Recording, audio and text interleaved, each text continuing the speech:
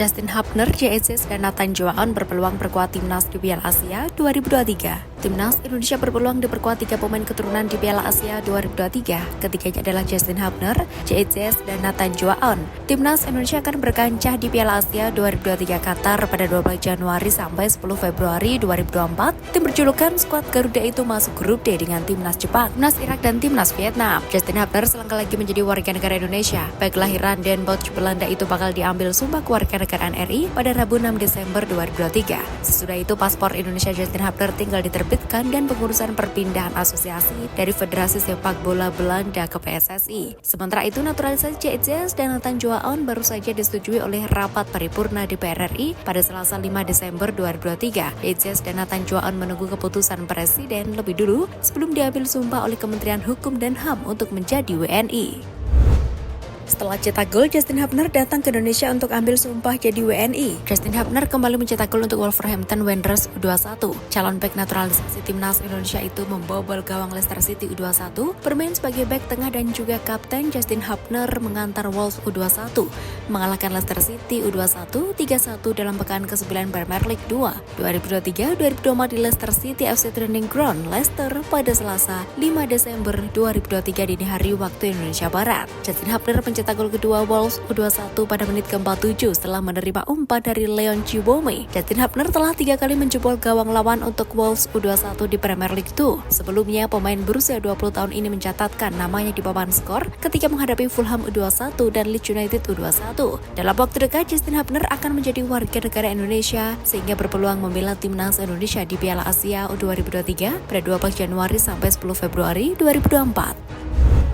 Gusti Randa geram dengan ulah oknum supporter PSS. Manajemen PSS Sleman akhirnya angkat bicara soal kericuan yang terjadi saat laga kontra PSIS Semarang pada pekan ke-21 Liga 1 2023-2024. Mereka menyayangkan insiden di Stadion Jatidiri Semarang, Jawa Tengah, Minggu 3 Desember 2023 sore waktu Indonesia Barat. CEO PSIS Semarang Yoyok Sukawi menjadi salah satu korban pelemparan hingga mengalami luka. Melalui akun Instagram pribadinya, Yoyok juga mengabarkan kalau dirinya mendapat 8 jahitan di kepala. Presiden Direktur PT Putra Sleman Sembada Gusti Randa mengatakan, pertikaian antar supporter seharusnya tidak perlu terjadi. Seluruh penonton semestinya bisa menikmati pertandingan dengan rasa nyaman dan aman. Ia juga merasa geram terhadap ulah dari oknum supporter tersebut karena telah merusak sportivitas.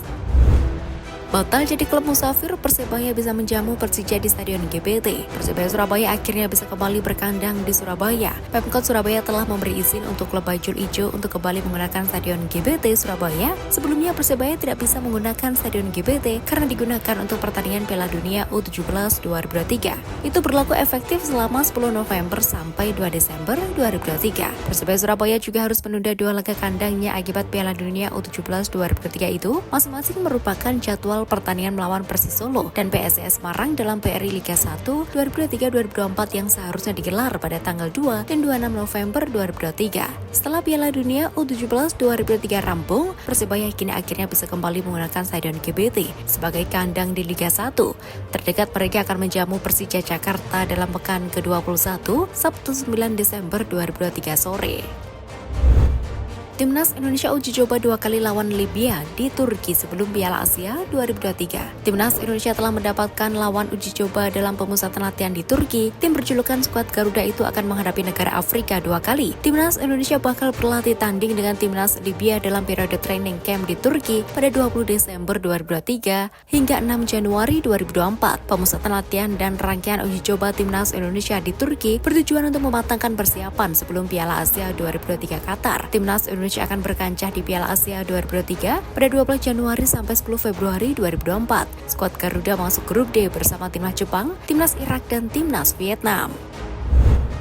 7 bulan tak berlaga, Raja Nainggolan ingin buktikan masih belum habis. Raja Nainggolan sudah 7 bulan lebih tidak bermain secara kompetitif. Gelandang berusia 35 tahun itu terakhir kali berlaga pada April 2023. Ketika itu Raja Nainggolan masih membela klub Serie B Italia, SPAL. Sebelum bergabung dengan Bayangkara AFC, pemain asal Belgia itu tidak mempunyai klub sejak musim panas 2023. Lantas, bagaimana kondisi Raja Nainggolan yang terbaru? Ex-AS Roma dan Inter Milan ini belum bisa mengukurnya, namun mengaku selalu menjaga kebugaran. Tentang alasannya memilih berkarir di Indonesia adalah untuk membuktikan bahwa dirinya belum habis. Naturalisasinya belum bisa kelar, Ragnar Oratmangun sulit bela timnas di Piala Asia 2023. Naturalisasi Ragnar Oratmangun belum bisa selesai dalam waktu dekat. Akibatnya winger berusia 25 tahun itu tidak dapat membela timnas Indonesia di Piala Asia 2023. PSSI tengah memproses naturalisasi 4 pemain keturunan buat timnas Indonesia. Selain Ragnar Oratmangun, 3 nama lainnya ialah Justin Hubner, JICS, dan Nathan Chuaon. Naturalisasi Justin Hubner tinggal menunggu pengambilan sumpah kewarganegaraan RI, sementara itu proses JICS dan Nathan Chuaon menyisakan 2 tahapan lagi. Setelah dikabulkan rapat paripurna di DPR RI pada Selasa 5 Desember 2023, JICS dan Nathan Chuaon menanti keputusan Presiden dan pengambilan sumpah seperti Justin Hubner.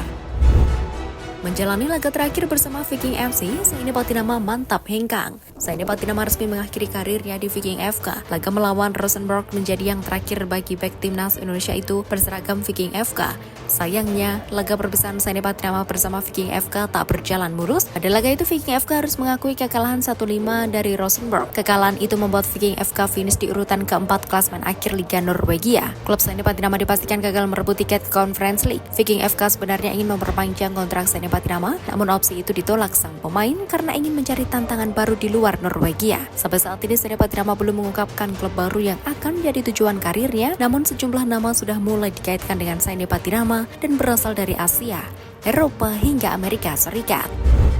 Persebaya tak kunjung menang dalam 6 laga di BRI Liga 1. Persebaya Surabaya masih dalam periode terpuruk di BRI Liga 1 2023-2024. Mereka sudah melewati 6 laga terakhir tanpa kemenangan, rinciannya 2 seri dan 4 kalah. Nasib manajer Persebaya, Yahya Al-Kathiri, kini menjadi pertanyaan. Sebab sebelumnya Bonek menuntut sang manajer untuk mundur dari jabatannya. Itu tertuang dalam tuntutan Bonek saat menggelar demo di depan Sultos pada 30 Oktober 2023. Teriakan Yahya Out masih terus menggema pada momen itu, dan Yahya Al-Kathiri dianggap sebagai pihak yang bertanggung jawab. Saat itu Bonek mendesak Persebaya meraih 7 poin dalam 3 laga berikutnya. Jika tidak, Yahya harus keluar.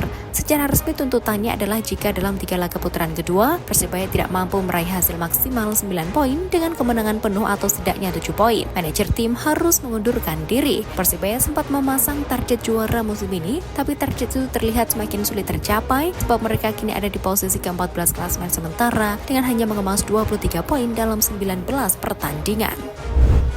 Alasan pelatih Arema FC belum menjadikan ex-striker timnas Bolivia sebagai starter. Arema FC belum memasang striker asal Bolivia Gilbert Alvarez sebagai penyerang utama. Saat melawan Bali United dalam lanjutan BRI Liga 1, penyerang 31 tahun itu baru masuk sebagai pengganti di babak kedua. Tidak sedikit yang mempertanyakan alasan pelatih Arema FC Fernando Valente mencadangkan ex-timnas Bolivia tersebut. Ternyata faktor adaptasi dan kondisi sang pemain masih jadi pertimbangan. Perlu diketahui Alvarez belum genap 2 pekan gabung dengan Arema FC, namun dia sudah diturunkan dalam 2 pertandingan saat melawan Persik. Dia tampil hanya 3 menit terakhir, sedangkan lawan Bali United turun 45 menit babak kedua.